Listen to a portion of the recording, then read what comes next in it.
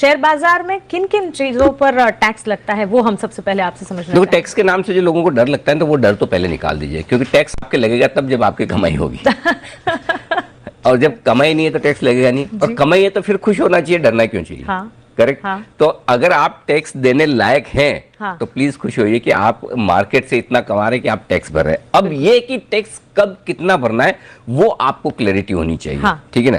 तो आमतौर पर अलग अलग तरह की कमाई जो होती है शेयर बाजार से आपकी, उस पर अलग अलग तरह के टैक्स लगते हैं। तो पहले तो मैं आपको बता दूं किस तरह की कितनी तरह की कमाई आमतौर पर आपके लिए हो सकती है। सबसे पहले तो डिविडेंड की कमाई होती है, जो कंपनी आपको डिविडेंड देती है उसका टैक्स किस तरह से होता है।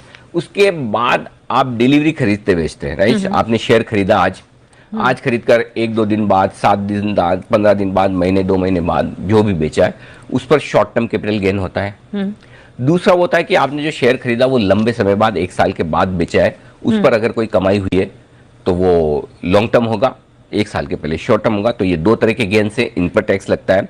इसके अलावा कई सारे ऐसे धुरंधर हैं हमारे जो दिन के दौरान ही 20-20 मैच खेलते हैं। हाँ। वनडे प्लेयर्स हैं जो सुबह 9:15 से 3:30 बजे इसके बीच में जो उन्होंने कमाई की उसे इंट्राडे ट्रेड्स कहते हैं। तो हाँ। उन पर भी टैक्स लगता है। और इसके अलावा एक स्पेशल तरीके का और ट्रेड होता है जिसपे भी लोग बड़े एक्टिव हैं, एफएनओ, फ्यूचर्स खरीदना बेचना, ऑप्शंस खरीदना बेचना, इनमें भी जो कमाई होती है इन सब पर टैक्स लगता है। तो बेसिकली तो ये 5 चीजें हैं जिन पर आपको टैक्स देना है। लेकिन इसके अलावा आप इनडायरेक्ट तरीके से इन्वेस्ट करते हैं म्यूचुअल फंड्स में, चाहे वो इक्विटी म्यूचुअल फंड्स हो सकते हैं, चाहे डेट म्यूचुअल फंड्स हो सकते हैं, तो उनके भी टैक्सेशन की हम बात करेंगे। लेकिन सीधे सीधे तौर पर स्टॉक मार्केट की कमाई में आपको ये 5 तरह की कमाई है जिन पर टैक्स भरना है।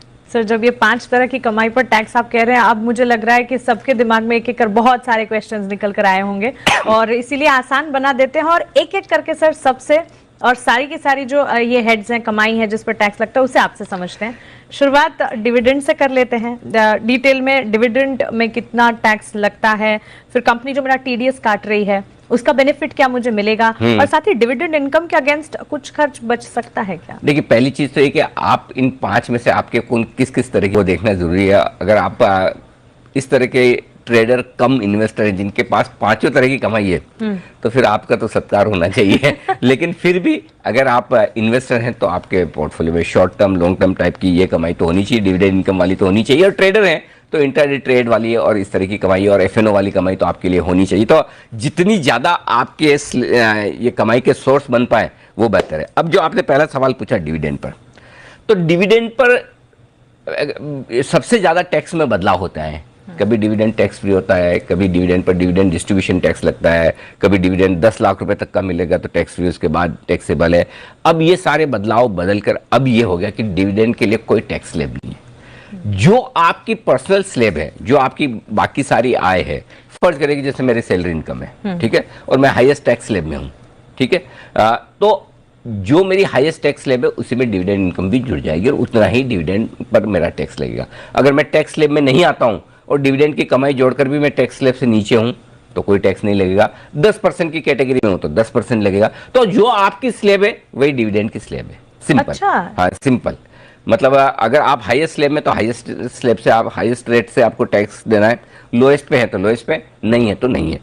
अब इसमें कुछ और प्रोविजन है जो आपको ध्यान में रखने। अभी पिछले मई से लेकर 31 मार्च 2021 तक टीडीएस आपको कंपनी काट कर डिविडेंड देती है और वो टीडीएस है 7.5%। ठीक है, पहले एक डिविडेंड डिस्ट्रीब्यूशन टैक्स होता था, वो खत्म हो गया। वो खत्म होकर डिविडेंड आपके हाथों में सीधा टैक्स होता है। ठीक है, तो 7.5% जो टीडीएस काटकर, सपोज 100 रुपए कंपनी ने डिविडेंड डिक्लेयर किया, आपके पास आएंगे 92 रुपए 50 पैसे। लेकिन इसका मतलब ये नहीं कि 7.5 का आपको नुकसान हो गया। जब आपकी फाइनल टैक्स लायबिलिटी आती है तो आप ये टीडीएस सर्टिफिकेट लगा दीजिए, देखिए जी मुझे 7.5 रुपए जो मेरा टैक्स कंपनी के पास टीडीएस के तौर पर है वो मैंने भरा हुआ है, उसकी क्रेडिट आपको मिल जाती है। पहली चीज। अच्छा। दूसरी चीज है कि अगर 5,000 से कम का डिविडेंड कंपनी आपको दे रही है तो टीडीएस काटती भी नहीं, ये पर कंपनी है।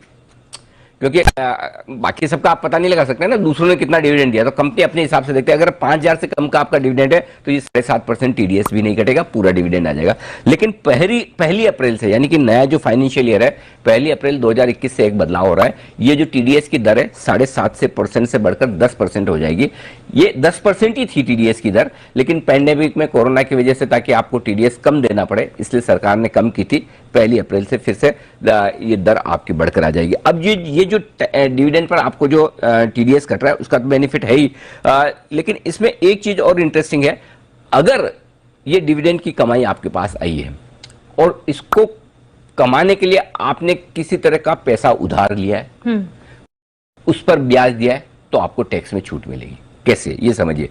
फर्ज करें मैंने समझिए बीपीसीएल खरीदा है, ये सोचकर कि बीपीसीएल में बड़ा डिविडेंड आएगा। हाँ। मैंने उधार लिया पैसा, बीपीसीएल के शेयर खरीदे, डिविडेंड आया। जो उधार लिया पैसा उस पर जो ब्याज भरा है मैंने, उस ब्याज का खर्चा मुझे डिडक्शन के तौर पर मिल जाएगा डिविडेंड में से, ताकि उतना मुझे कम टैक्स देना पड़े। लेकिन कितना, जितना डिविडेंड आया उसका मैक्सिमम 20% तक ही आप इंटरेस्ट के तौर पर, खर्चे के तौर पर, यानी कि आपको 100 रुपए डिविडेंड मिले तो 20 रुपए तक आपने अगर उस पर ब्याज भरा है, 20 से ज्यादा भरा है तो आपको नहीं मिलेगा, 20 रुपए तक का ब्याज का खर्चा आपको मिल जाएगा। बाकी बचे हुए 80 रुपए डिविडेंड पर आपको आपकी जो टैक्स स्लैब है, पर्सनल टैक्स स्लैब है, उस पर आपको टैक्स लगेगा। तो ये आप एक फायदा उठा सकते हैं। अगर आपने किसी से पैसा उधार लिया है, मार्केट में लगाया है, डिविडेंड आया है, उस पर आपने जो उधार लिया उस पर ब्याज दिया है, तो वो ब्याज उसमें से कम कर लीजिए। और वो इसलिए क्योंकि हम उनके शेयर खरीदने के लिए उधार ले रहे हैं, तो हमें कॉस्ट है ना मेरी, कॉस्ट ऑफ फंड्स हो रहा है। बिल्कुल ठीक है।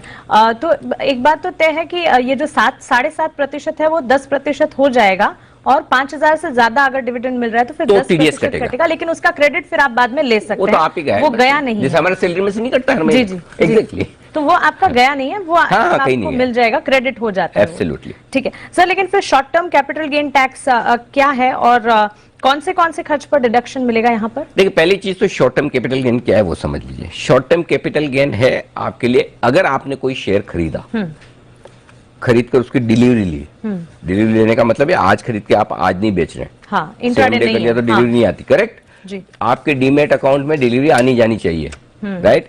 डिलीवरी लेकर आपने 1 साल के भीतर बेच दिया तो शॉर्ट टर्म कैपिटल गेन। अगर पैसा बनाया 1 साल के भीतर बेच के पैसा बनाया, मतलब गेन में मैं अज्यूम करके चल रहा हूं आपने पैसा बनाया है, लॉस है तब तो टैक्स है ही नहीं, जिनके टैक्स है उन्हीं की हम बात कर रहे हैं, करेक्ट। तो आपने 1 साल के भीतर अगर ये कर लिया तो आपके शॉर्ट टर्म कैपिटल गेन है। कितना लगेगा? 15%। आपकी टैक्स स्लैब भले कुछ भी हो, आप भले 35% हाईएस्ट टैक्स स्लैब में हो, लगेगा 15%, फिक्स है। अच्छा ठीक है। अब इसमें क्या होता है कि जब आप शेयर खरीदते बेचते तो आपको कई सारे चार्जेस लगते हैं, उसमें से एक सबसे इंपॉर्टेंट है एसटीटी। ठीक है, एसटीटी लगता है सिक्योरिटीज ट्रांजैक्शन टैक्स। हाँ। अब कई लोग बोलते हैं कि एसटीटी दे रहे हैं, ये टैक्स ही है, तो जो short term capital gain tax 15% आ रहा है, क्या उसमें से हम कम कर दे? जी नहीं, एसटीटी का बेनिफिट आपको नहीं मिलेगा।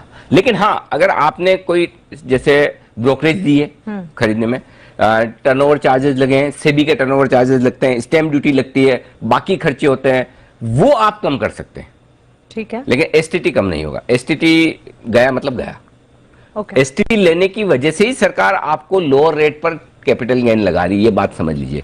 तो शॉर्ट टर्म कैपिटल गेन्स में आपको दूसरे खर्चों का बेनिफिट मिलेगा, transaction charges, brokerage, SEBI charges, stamp charges, ये सब है, लेकिन एसटीटी का बेनिफिट में नहीं मिलेगा। और जितना शॉर्ट टर्म कैपिटल गेन आया डिलीवरी का 1 साल के भीतर आपने खरीदा बेचा, 15% दीजिए, thank you very much, simple. तो सर ये तो शॉर्ट टर्म कैपिटल गेन की बात हुई, लेकिन short term capital gain tax, short term capital gain और लॉन्ग टर्म कैपिटल गेन में फर्क क्या है?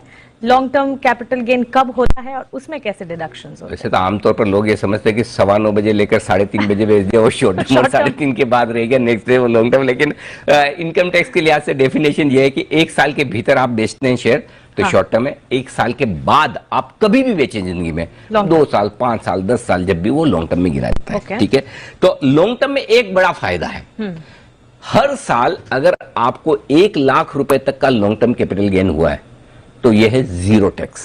अच्छा, हाँ, इसमें कोई टैक्स नहीं लगेगा। 1 लाख, लेकिन बहुत सारे ऐसे सौभाग्यशाली लोग हैं जो साल में 1 लाख रुपए से ज्यादा का लॉन्ग टर्म कैपिटल गेन बनाते हैं, तो उनको टैक्स लगेगा 10% फिक्स। जैसे शॉर्ट टर्म में 15% फिक्स है, लॉन्ग टर्म में 10% फिक्स है, सिंपल, बस।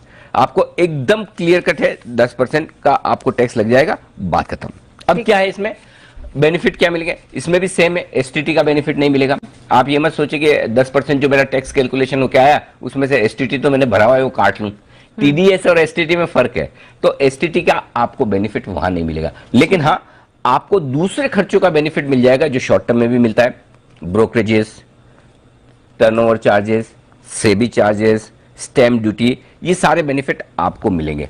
एक और चीज, शॉर्ट टर्म कैपिटल गेन हो या लॉन्ग टर्म कैपिटल गेन, इसमें चैप्टर 6A के डिडक्शन नहीं मिलते। चैप्टर 6A के डिडक्शन जो मैं आपको आसान भाषा में बताऊं, आप और हम जैसे साल के अंत में नहीं करते हैं इंश्योरेंस प्रीमियम, मेडिक्लेम, है ना, पीपीएफ, ये चैप्टर 6 के अंडर आते हैं। अच्छा। तो ये चैप्टर 6 के अंदर के जो बेनिफिट है ये लॉन्ग टर्म और शॉर्ट टर्म कैपिटल गेन पे नहीं मिलते। क्यों नहीं मिलते, मैं लॉजिक देता हूं। जिन टैक्स में रेट फिक्स है कि 15%, 10%, इर्रेस्पेक्टिव ऑफ आपकी जो भी टैक्स स्लैब हो, उसमें चैप्टर 6 के बेनिफिट नहीं मिलते। ये तब मिलते हैं जब आप वेरिएबल टैक्स स्लैब में हो और आप इन्वेस्ट करके अपना टैक्स नीचे ला सकते हैं। तो कैपिटल गेन में फिक्स है, आपको किसी तरह का कोई, आप LIC ले न ले, आप PPF ले न ले, आपको कोई टैक्स बेनिफिट इसमें मिलेगा नहीं। तो इस वाली जो इस वाली जो इनकम है शॉर्ट टर्म या लॉन्ग टर्म कैपिटल गेन, इसमें आपको किसी तरह का चैप्टर 6A का डिडक्शन नहीं मिलेगा। लेकिन आपके लिए 1 लाख रुपए तक का long term capital gain tax से फ्री है हर साल।